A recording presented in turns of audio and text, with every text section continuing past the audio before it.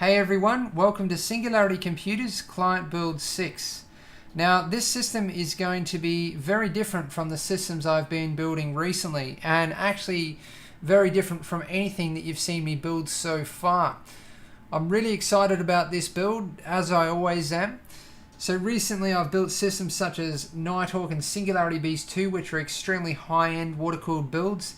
This system is actually going to have some mid-range components. It's going to be a compact LAN gaming build, and I'm going to pack in pretty much the most extreme water cooling system that I can fit into this case. This is the Bitfenix Prodigy, so it's a mini ITX case, which means I really don't have much space to work with. But the reason I'm going so far with the water cooling system is because I'm going to overclock the components to the max. I'm going to push them as far as they will go. For its size, the hardware and water cooling components that the Bitfenix Prodigy can fit is really just amazing, but I'm going to take that even further.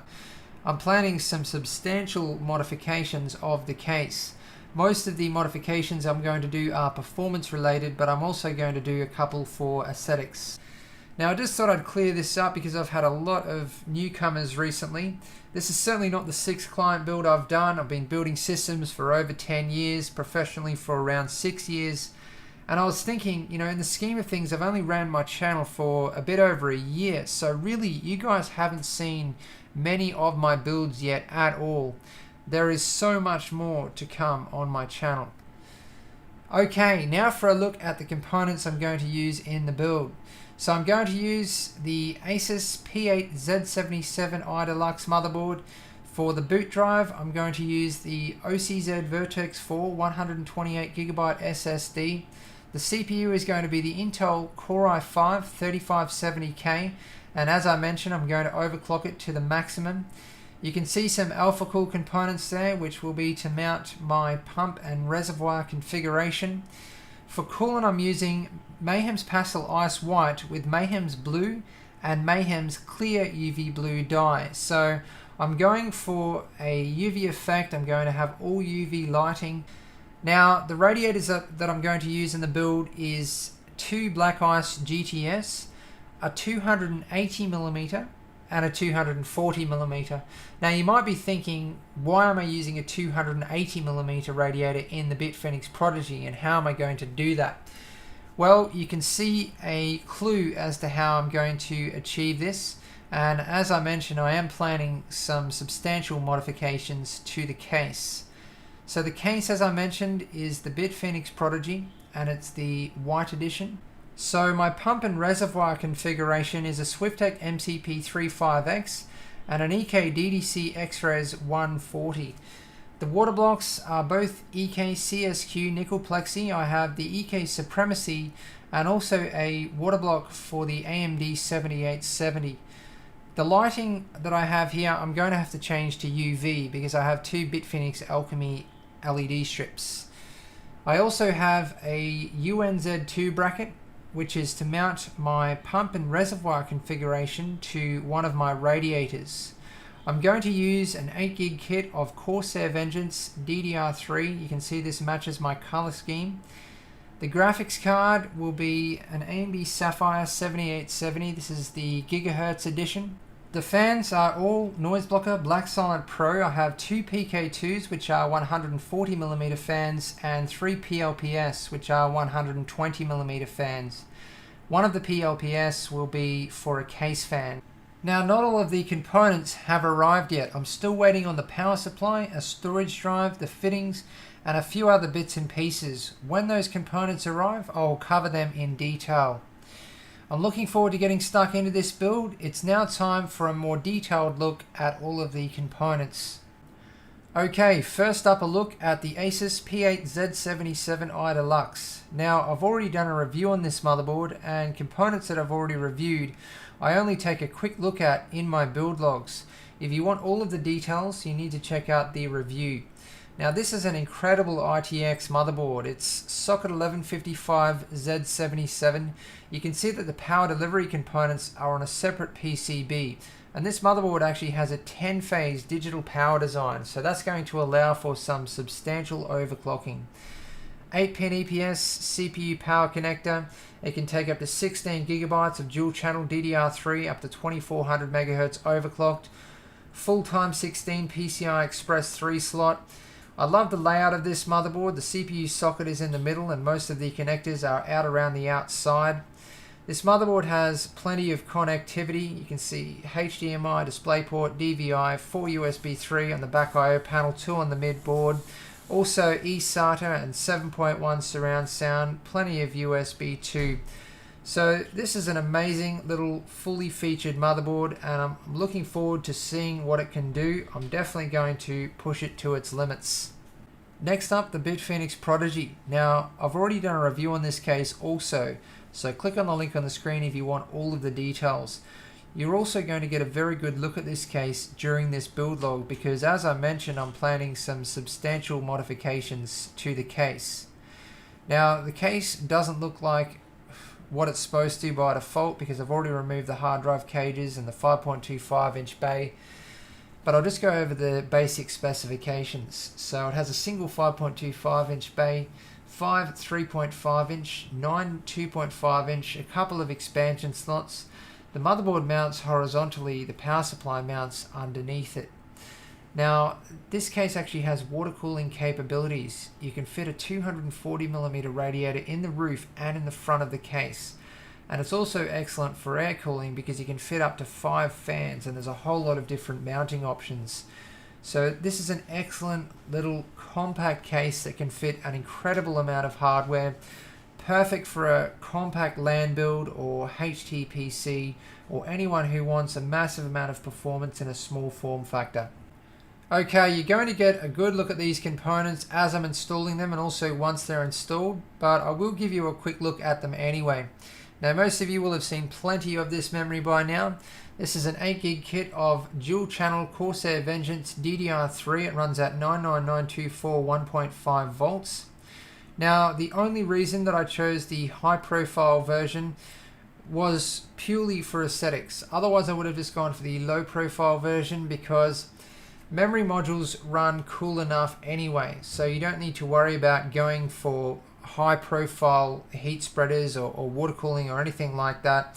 It's not really going to make any difference unless you're planning on doing some extreme memory overclocking. Okay, the OCZ Vertex 4 128GB SSD.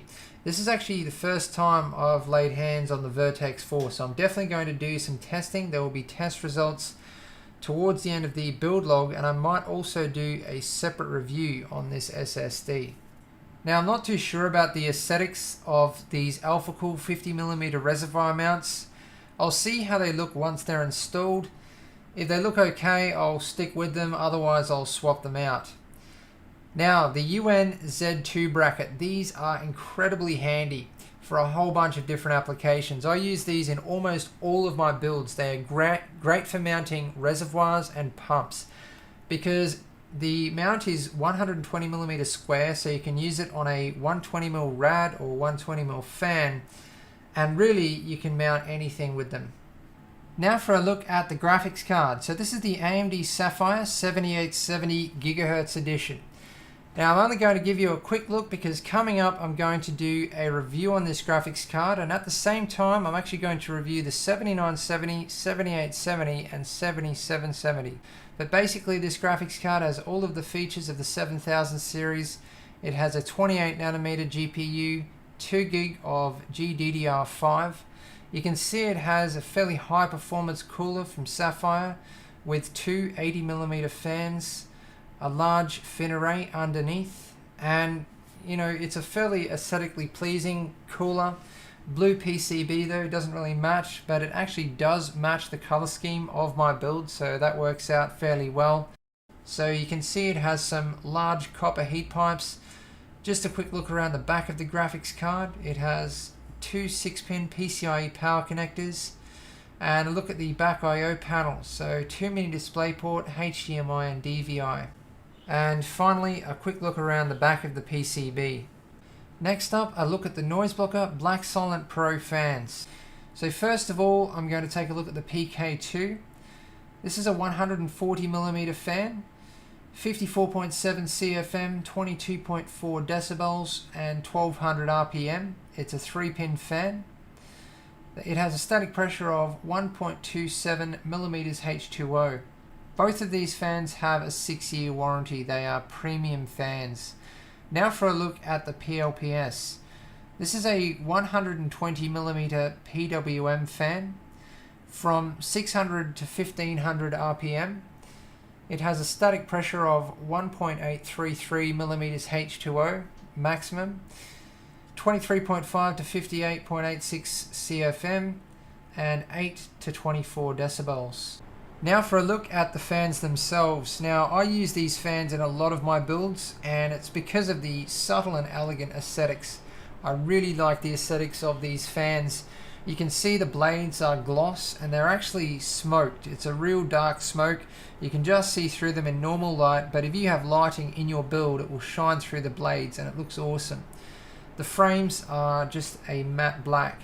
They have extremely short cables so that you can use whatever size extension cable you want to with the fans.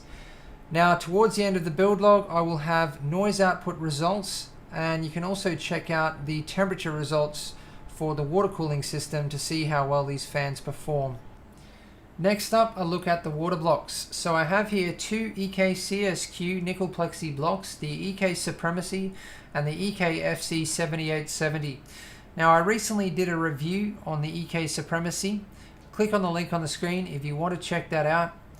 So the water blocks match up nicely. You can see that both of the surfaces are frosted, which is going to look awesome in combination with lighting.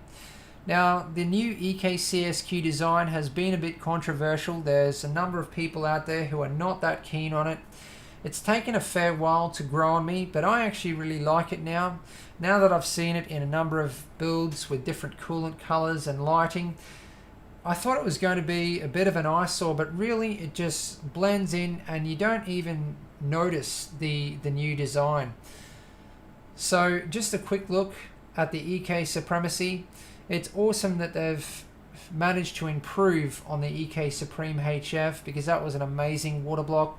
So a 20% increase in flow, 2-degree decrease in temperatures. Overall, I think this is an excellent water block and I gave it a positive review. There will be temperature results for this water block towards the end of the build log. Okay, now for a look at the EKFC 7870. Now this is actually the first time I've laid hands on a CSQ graphics card water block, and I must say I actually really like it. I think the CSQ design really works with graphics card water blocks. I guess it's because there's more surface area, so you get to see more of it, and also because the top ends up being bigger than it needs to be, which I really like, because it means that the water block is bigger, it covers more of the graphics card PCB, and PCB is ugly. The less of it you can see, the better. Now I definitely love the frosting on this water block. I think it just goes perfectly with the design. And I like that you can see the base of the water block through the plexi top, because the base has a lot of shape to it. Now just a quick look under the base of the block. So you can see the contact points for the GPU memory and also power delivery components on the right hand side. Also the large cutouts. I think these really add to the aesthetics of the water block. There's a lot of cutouts in the plexi top also. Now most of this would just be to clear components on the PCB, but I definitely think it improves the look of the water block. So overall, definitely a great looking water block in my opinion. Now one thing that really bothers me about the new EK CSQ graphics card water blocks is the EK FC Link system. Whether you're using a single graphics card or multiple graphics cards, it's going to be highly restrictive. With the older EK graphics card water blocks, the inlet and outlet was on the top and bottom of the water block. You had complete freedom and you could use whatever fittings with it that you wanted. You can see that the FC link fits onto the bottom of the water block. There's just a single bolt that holds it into position. There's actually a lip on top to stop it from twisting. There's also two included O-rings which you need to place underneath the FC link. Now, when running a single graphics card with a CSQ graphics card water block and the EKFC Link system installed, the inlet and outlet is on the side of the water block. Without it, the inlet and outlet is on the bottom of the water block. Now, in a lot of systems, this is not going to matter, but in some systems, it's going to cause problems. And I'll show you later in the build log why it could cause problems in this build. Now, with multiple graphics card water cooling configurations, EK is pretty much forcing you to use the FC bridge. If you don't, and you use fittings such as BitsPower Crystal Link, you're going to be stuck using 90-degree fittings, so it's going to look big, bulky, and ugly. Now, EK has made improvements to the FC bridge. It follows through with the CSQ design. So if you don't mind using the FC bridge, I mean, there is benefits. You're matching up all of your water blocks. There's a plexi clear version. So just imagine, you know, it's frosted. It looks awesome. If you matched it up with all of your plexi water blocks, the aesthetics could really be amazing. But if you want complete freedom and you want to use other multiple graphics card water cooling fittings, then it's going to be a problem. Okay, my reservoir and pump configuration. So I'm using the EK DDC XRES 140 and the Swiftech MCP35X. Now the XRES 140 comes with a number of different components which screw together, as you can see. The reservoir tube, which is 50 millimeters in diameter. So this is a bit of a smaller res than I normally use. I normally use 60 millimeter reservoir tubes. And it comes with the top cap and then this bottom piece which connects the tube to the pump top. Now this pump top is made from acetal. It can actually only be used with this configuration because it has a large thread in the top. There's a single inlet and outlet. The inlet is in the res, outlet is in the front of the pump top. Basically, this is a high quality, compact reservoir and pump top configuration with great aesthetics that is really easy to install. Okay, the Swiftech MCP35X, I'll just go over the basic specifications. It can handle 4.4 meters of head, puts out 22 psi and 17.5 liters per hour. This is an excellent little pump. It's powerful, it's almost completely inaudible. I use either this pump or the 655 these days in my builds, and I can tell you I'm really impressed with this pump. It almost stands up to the 655, although the 655 puts out 50 psi. But you know, I've seen these little pumps in builds with massive amounts of water blocks, multiple radiators, basically way too many components, and the performance is still excellent. It's a PWM pump, so you can actually connect it to your motherboard and use fan profiles to control the speed of the pump. So great, powerful, compact little configuration for this build. So I mentioned that I'm going to use a 280mm and a 240mm radiator in the build. At this point in time, I'm planning on using Black Ice GT Gen 2 Stealths. I use these quite often in my builds. They're an excellent radiator. You're often faced with a situation where you need a thinner radiator, and these radiators are 29.6mm thick. The problem with using thinner radiators is that compared to something like a 60mm thick radiator, it's a substantial performance drop. But this radiator makes up for that because it has an extremely high FPI at 30 FPI. Now, you might be thinking that at 30 FPI it's going to be a loud configuration because you need high RPM, CFM and static pressure fans to push any air through that fin array. But that is actually not the case. If you take a look at the gaps between these fins, the gaps actually look similar to what you'd see in a 20 FPI radiator, or you know, a radiator with even less FPI than that. And the way that Black Ice has achieved this, normally fins are 45 micron. The fins in this radiator are 25 micron. They're a lot thinner. Now, not only does thinner fins mean higher airflow, it also potentially means higher thermal conductivity, because the thinner the fins to a certain extent, the quicker they are going to cool down as the air passes through them. Black Ice radiators are also extremely high quality. I hardly ever see bent over fins on these radiators. Nice gloss black paint job. You can see that the end tanks are really small. M4 threads for mounting, G1 1/4 inch threads for the inlet and outlet, and there's actually plates under the mounting holes to protect the radiator from being pierced if you use bolts that are too long. So definitely an excellent radiator to use in a tight spot. So that's an overview of all of the components that have arrived so far that I'm going to use in the build. I'll start the next part of the build log by taking a look at the rest of the components. I'll then move on to modding the case because I have a lot of work to do on the case. That sums up this video. Thanks for watching. Please subscribe, like and favorite if you want to see more.